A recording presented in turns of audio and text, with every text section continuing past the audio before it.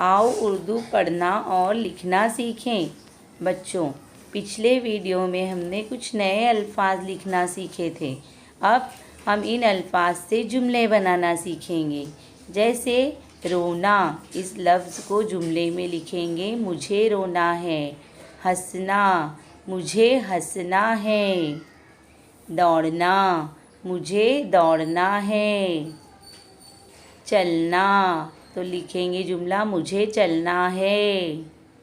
खेलना, जुमला लिखेंगे, मुझे खेलना है। चढ़ना, मुझे चढ़ना है। सोना, इस लफ्ज़ को इस्तेमाल करके लिखेंगे, मुझे सोना है। लिखना, तो जुमला लिखेंगे, मुझे लिखना है। पढ़ना, मुझे पढ़ना है। देखना, लफ्ज़ का इस्तेमाल करके लिखेंगे, मुझे देखना है। बोलना, जुमला लिखेंगे, मुझे बोलना है। गाना, जुमला लिखेंगे, मुझे गाना है। सोचना, जुमला लिखेंगे, मुझे सोचना है। चुप रहना, जुमला लिखेंगे, मुझे चुप रहना है।